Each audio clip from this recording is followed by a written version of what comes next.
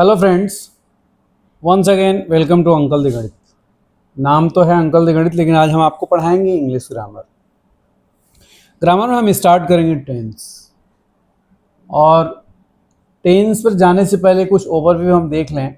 अंग्रेजी की एक बहुत ही अच्छी ब्यूटी है। कहा जाता है कि English is a magic of 26 alphabets. 26 अक्षरों का एक ऐसा मैजिक है जो पूरे वर्ल्ड को अपनी उंगलियों पर घुमाता है। और एक चीज़ आपको बताएं, हिंदी और इंग्लिश में दोनों में एक बहुत विशेष अंतर है। हिंदी में जो हम बोलते हैं वही लिखते हैं, लेकिन इंग्लिश बिल्कुल इसके अलग है। हमारा प्रोनाउंसिएशन कुछ और होता है और स्पेलिंग कुछ और होता है, तो इसलिए इंग्लिश और भी अपने को खास बना ले जाती है इसकी वजह से। अब हमने कहा टेंस पढ़ना है। टेंस को हिंदी में हम कहते हैं काल। लेकिन टेंस पढ़ने से पहले कुछ चीज़ें हमें समझना ज़रूरी है, उसके बाद हम टेंस पर चलेंगे और हम बेसिक चीज़ को पढ़ेंगे कि टेंस को हम आइडेंटिफाई कैसे कर सकते हैं। तो हम सबसे पहले पढ़ेंगे कि नंबर क्या होता है इंग्लिश में। नंबर क्या होता है, उसके बाद हम पढ़ेंगे पर्सन क्या होता है,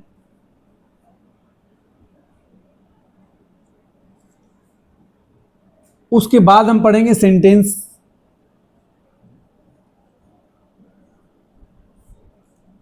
कितने टाइप्स के होते हैं और कैसे फॉर्म होते हैं। बेसिक चीज़ें सबको पता है, लेकिन फिर मैं बेसिक चीज़ें बताता हूँ आपको।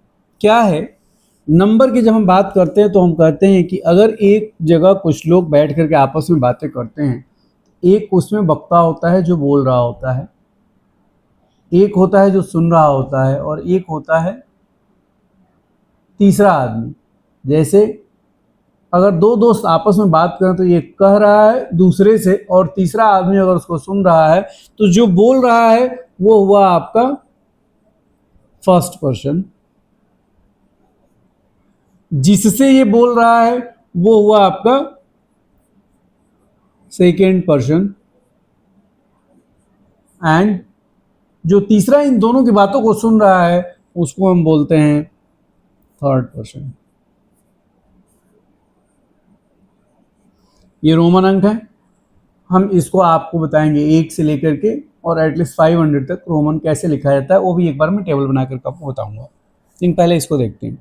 तो फर्स्ट पर्सन कौन बोलता है? जो बोलता है वो क्या है? आई या वी। ये फर्स्ट पर्सन हो गए। सेकेंड पर्सन में कौन होगा? जिससे बोला जाता है यू। एक और वर्ड मैं लिखता हूं, इसको सुन के कंफ्यूज मत होइएगा आप लोग। दाऊ। जब मैं आगे डिटेल में पढ़ाऊंगा तो इसके बारे में बताऊंगा कि क्या होता है दाऊ। एंड थर्ड पर्सन होता है जो सुन रहा होता है, उसको हम कहते हैं ही, सी, इट और दे। ये तो हो गए पर्सन। अब पर्सन के बाद आता है हमारा नंबर।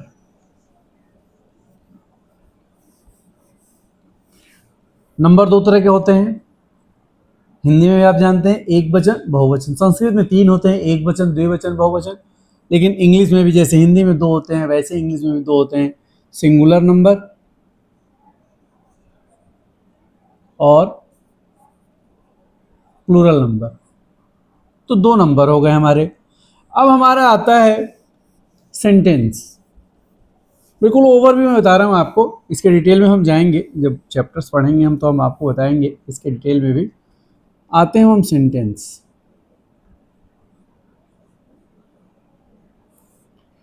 कोई भी वर्ड्स का एक ऐसा ग्रुप जिसका एक सर्टेन मीनिंग हो, उसको सेंटेंस कहा जाता है। इंग्लिश में सेंटेंस के 2 पार्ट होते हैं, सब्जेक्ट एंड दूसरा प्रेडिकेट। अब इसमें हम बहुत डिटेल में इसलिए नहीं जाना चाहते हैं कि एक लंबा अलग चैप्टर हो जाएगा, हमको टेंस पढ़ना है, ये ओवरव्यू है। अब हम देखेंगे सेंटेंस होते कितने टाइप के हैं, क्योंकि इसकी ज़रूरत हमको टेंस में पड़ती है। तो सेंटेंस हमारा कुल 5 तरह का होता है। पहला होता है एसर्टिव। क्या होता है पहला? पहला होता है एसर्टिव, दूसरा होता है हमारा इंटेरोगेटिव। क्या होता है? इंटेरोगेटिव।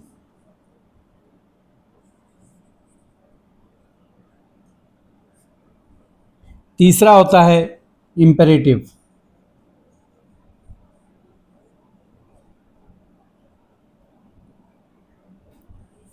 चौथा होता है ऑप्टेटिव। और पांचवा होता है एक्सक्लेमेटरी।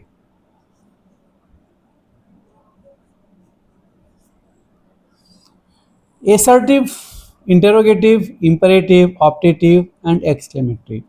हम जब नरेशन पढ़ेंगे तो इन सारे सेंटेंस के टाइप्स को डिटेल में पढ़ेंगे, लेकिन फिलहाल यहाँ पर हमें इन दो टाइप के सेंटेंस के बारे में जानना जरूरी है, क्योंकि इसका फॉर्मेशन हम टेंस में पढ़ेंगे। तो हम इसको पहले देखते हैं। जब हम नरेशन पढ़ाएंगे तो सारे सेंटेंसेस के बारे में आपको डिटेल में पढ़ाएंगे।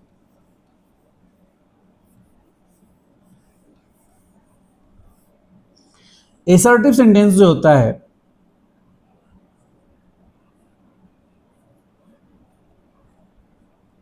ये दो तरह का होता है।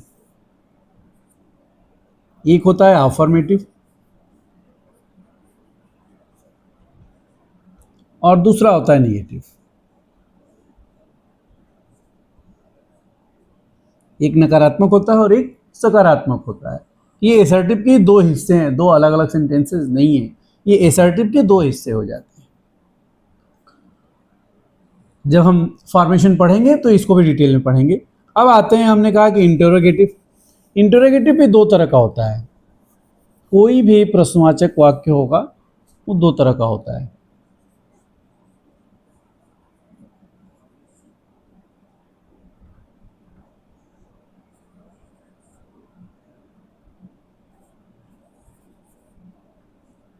इंटरोगेटिव सेंटेंस दो तरह के कौन कौन से होते हैं? एक तो वो होता है जिसके शुरुआत में ही कोई ना कोई ऑक्सिलरी वर्ब आता है और उसकी मीनिंग जब हम कहेंगे तो क्या से उसकी मीनिंग स्टार्ट होती है। समझ रहे हैं मेरी बात को? मतलब ये हुआ कि एक सेंटेंस इंटरोगेटिव में वो होता है जो WH क्वेश्चंस के साथ होता है, WH के साथ होता है, जो भी क्वेश्चन वर्ड्स होते हैं व्हाट, व्हाई, व्हेन, वेयर, उसके साथ होता है। और एक होता है जिसका आंसर हम यस और नो में दे सकते हैं। तो दो तरह के इंटरोगेटिव सेंटेंस होते हैं। इसकी जरूरत हमको टेंस में पड़ेगी, इसलिए मैंने इस चीज को आपको ओवरव्यू दिया है। अब हम आते हैं टेंस पर। टेंस को हिंदी में काल बोलते हैं और हिंदी में हमें पता है कि तीन काल होते हैं: वर्तमान काल, भूतकाल और भविष्यत काल। एक जो चल रहा है वो वर्तमान है, जो बीत गया वो भूतकाल है, जो आने वाला है वो भविष्यत काल है। टेंस भी तीन तरह के होते हैं। इंग्लिश में भी तीन तरह के टेंस होते हैं। क्या होता है भाई? प्रेजेंट टेंस क्या है?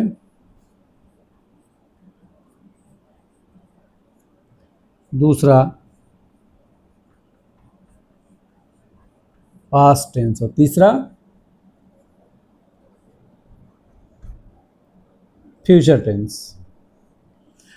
ये तीनों टेंस चार तरह के होते हैं।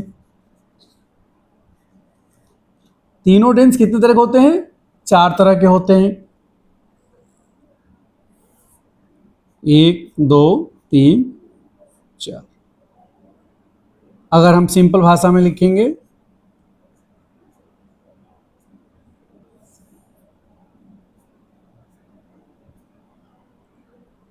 पहला टाइप, सबका टाइप एक टाइप का ही होगा, बस प्रेजेंट जुड़ जाएगा उसमें।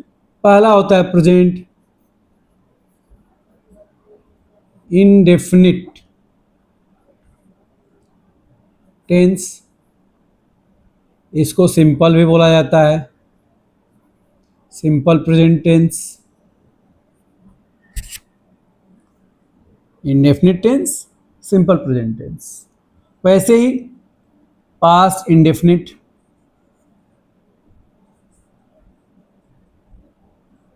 और सिंपल पास्ट, सेम वे यहाँ भी फ्यूचर इंडेफिनिट और सिंपल फ्यूचर टेंस। दूसरा टाइप जो होता है वो होता है प्रेजेंट कॉन्टिन्यूअस टेंस।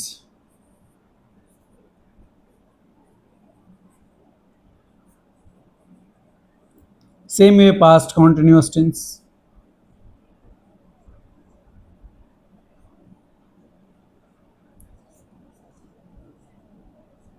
फ्यूचर, इसको लिखने की जरूरत नहीं है, फ्यूचर कंटिन्यूअस टेंस। और तीसरा होता है प्रेजेंट परफेक्ट टेंस।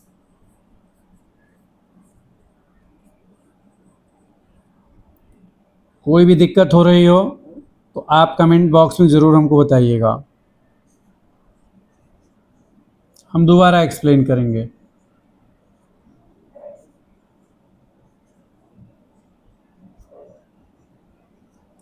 और चौथा होता है present perfect continuous.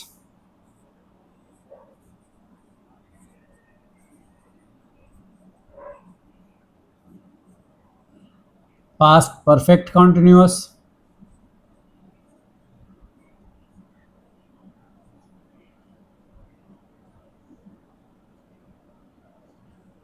And future perfect continuous.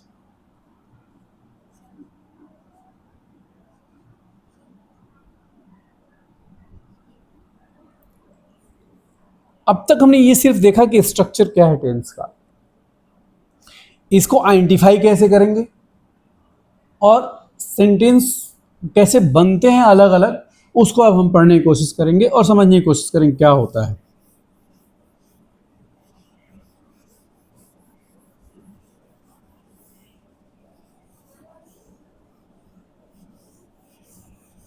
सी क्या है कि एक हिंदी में वाक्य अगर दे दिया जाए और कहा जाए कि आप उसको अंग्रेजी में अनुवाद करिए, तो उसके लिए पहला काम क्या होगा हमारा कि हमें सबसे पहले ये पहचानना है कि वो किस टेंस में है।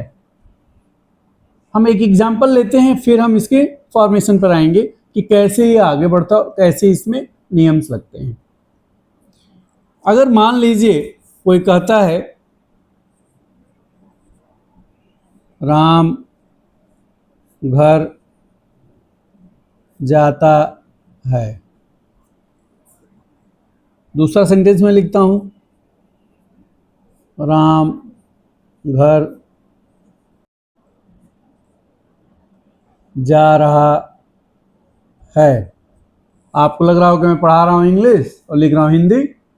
यस, यहीं से कॉन्सेप्ट क्लियर होगा। मैं शुरू में जब अपने वीडियो को बनाना शुरू किया तो मैंने क्या कहा था कि हम सिर्फ और सिर्फ कॉन्सेप्ट पे बात करेंगे, हम किसी ट्रिकी बात पे नहीं चलेंगे। हम आपको ये विश्वास दिलाना चाहते हैं कि मैं जो समझा रहा हूँ अगर इसको आप समझ लेंगे, 12 तरह के टेंस अगर समझ लेंगे, तो आपको कहीं भी किसी भी तरह के कंपटीशन में टेंस को लेकर के एडिटिंग ओमेजन में कोई दिक्कत नहीं आनी है। इतनी चीज़ें मैं उसमें आपको बताऊंगा, अगर वो उतने के लिए सफिशिएंट है कि एडिटिंग और ओमेजन अगर टेंस के बेसिस पर कहीं भी आता है तो आपको कोई दिक्कत नहीं होगी। बस आप जो मैं पढ़ा रहा हूँ उसको एक बार समझने की कोशिश करिए। नहीं समझ में आता है तो आप हमसे पूछिए जरूर।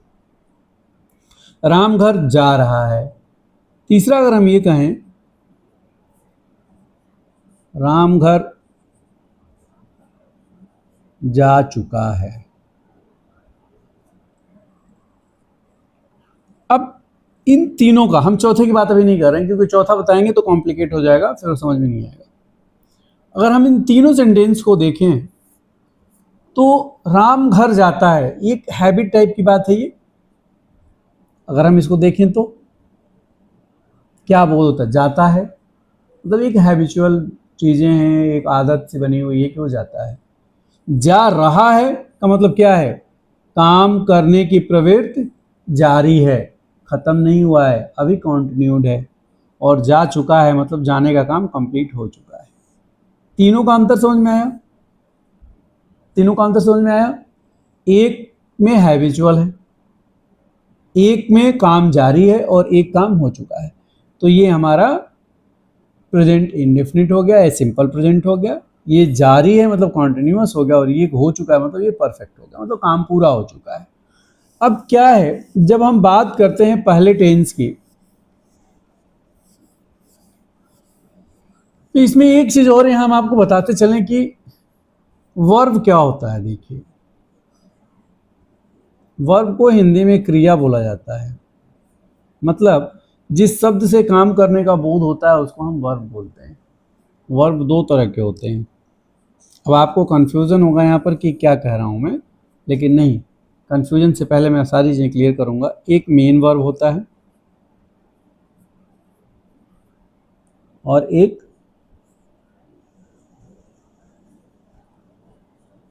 ऑक्सिलरी वर्ब होता है। ठीक है, एक मेन वर्ब होता है और एक ऑक्सिलरी वर्ब होता है। मेन वर्ब दो तरह के होते हैं, transitive and intransitive. Auxiliary verb की अगर हम बात करें तो होते ये तीन तरह के हैं, लेकिन हम उसकी कैटेगरी को जब हम ऑक्सिलरी वर्ब पढ़ाएंगे तब वहां जाएंगे। लेकिन यहाँ जाने के ऑक्सिलरी वर्ब हमारा टेंस के हिसाब से चेंज होता है, और वही बताने के लिए मेन हमने आपको वर्ब को बताया है। क्या है ऑक्सिलरी वर्ब का फंक्शन, क्या है कि जब भी हम अलग अलग सेंटेंसेस में जाते हैं तो हमारा ऑक्सिलरी वर्ब चेंज होता है और अलग अलग टेंस में चेंज होता है। तो ऑक्सिलरी वर्ब क्या है, अगर हम ऑक्सिलरी वर्ब की बात करते हैं तो ऑक्सिलरी वर्ब है do, does, did, was, where, has, have। ये हमारे ऑक्सिलरी वर्ब यूज होते हैं अलग अलग। साथ में is, am, are।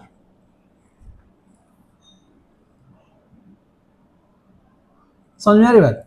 तो अलग अलग सेंटेंस में अलग अलग यूज होंगे, वो मैं आपको बताऊंगा अभी, और कैसे यूज होते हैं वो भी बताऊंगा आपको।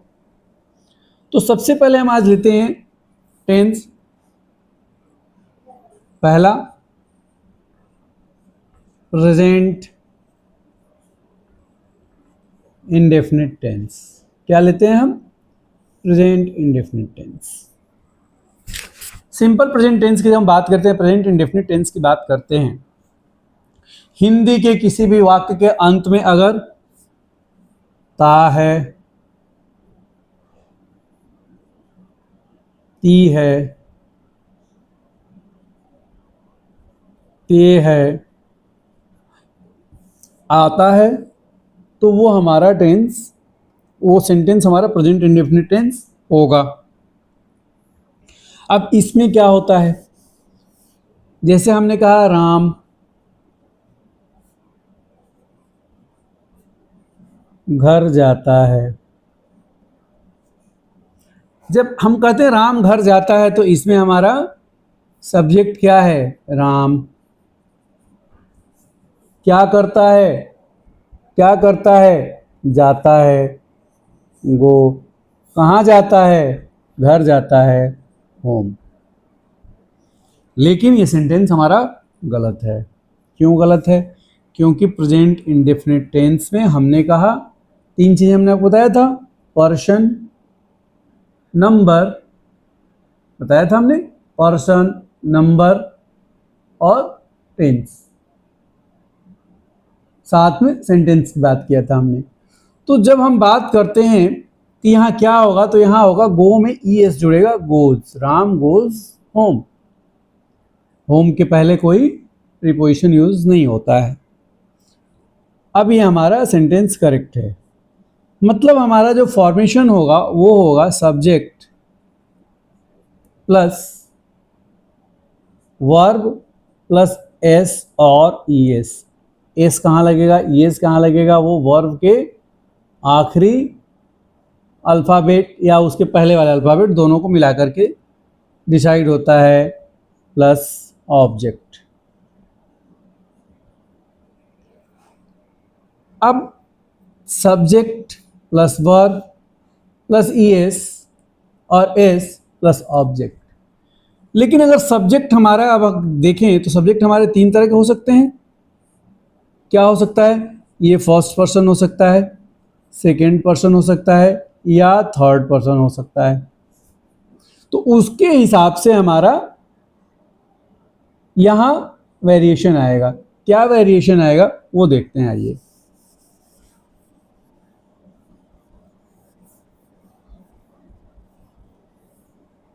अगर हम एक टेबल बनाते हैं, हमने कहा कि दो तरह के नंबर होते हैं। ये टेबल आप लोग नोट जरूर करिएगा, मैक्सिमम किताबों में ये टेबल मिलता नहीं है, लेकिन मैं आप लोगों को बता रहा हूं, इसको नोट जरूर करिएगा। सिंगुलर नंबर और दूसरा टेबल ले लीजिए प्लूरल नंबर। अब हम यहां कहते हैं से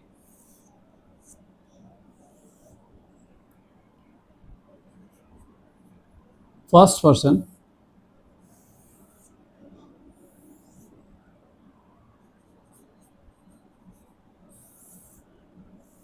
second person and third person.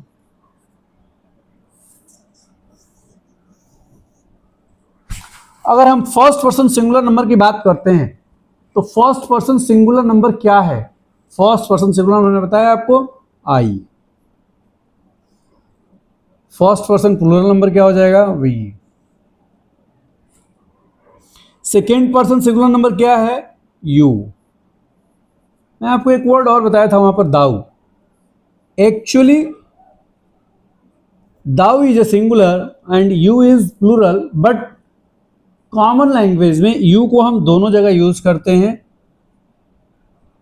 Singular और प्लूरल दोनों में।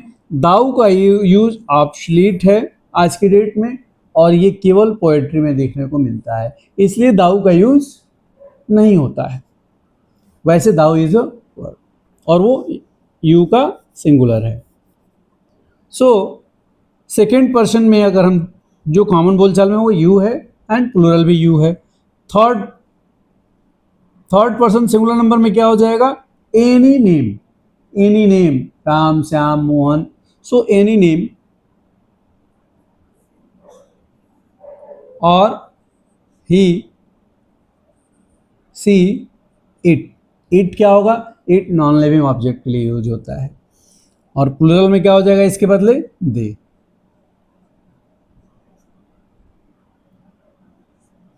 फर्स्ट पर्सन सिंगुलर नंबर के साथ हमेशा वर्ब का मेन फॉर्म यूज होता है। से हम एक हम वर्ब ले लेते हैं, वर्ब हमारा है प्ले। हम प्ले पर इसको बनाते हैं, कुछ भी ले लेते हैं। आई प्ले फुटबॉल, मान लीजिए हम फुटबॉल पे ले लेते हैं।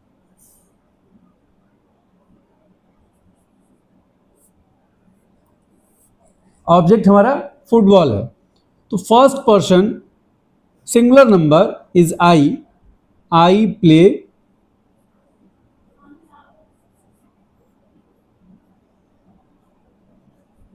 Football. I play football, we play football.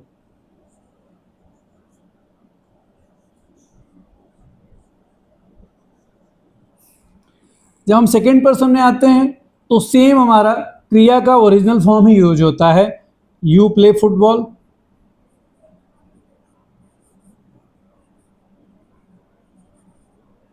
You play football.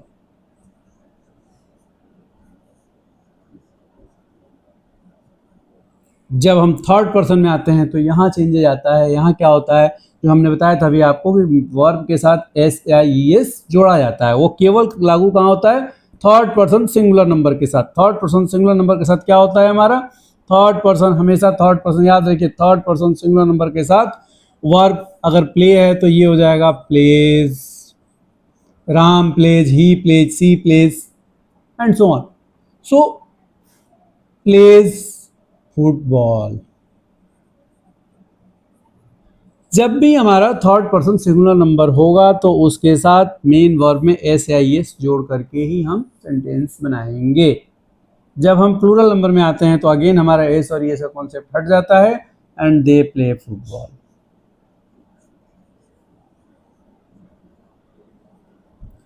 मतलब अगर प्रेजेंट इंडेफिनिट टेंस की हम बात करते हैं, क्या करते हैं, प्रेजेंट इंडेफिनिट टेंस की अगर हम बात करते हैं तो हम ये देखते हैं कि हमारा तीनों पर्सन में, फर्स्ट पर्सन, सेकेंड पर्सन, तीनों में सिंगुलर नंबर प्लूरल नंबर में मेन वर्ब सेम अपने ओरिजिनल फॉर्म में यूज होता है।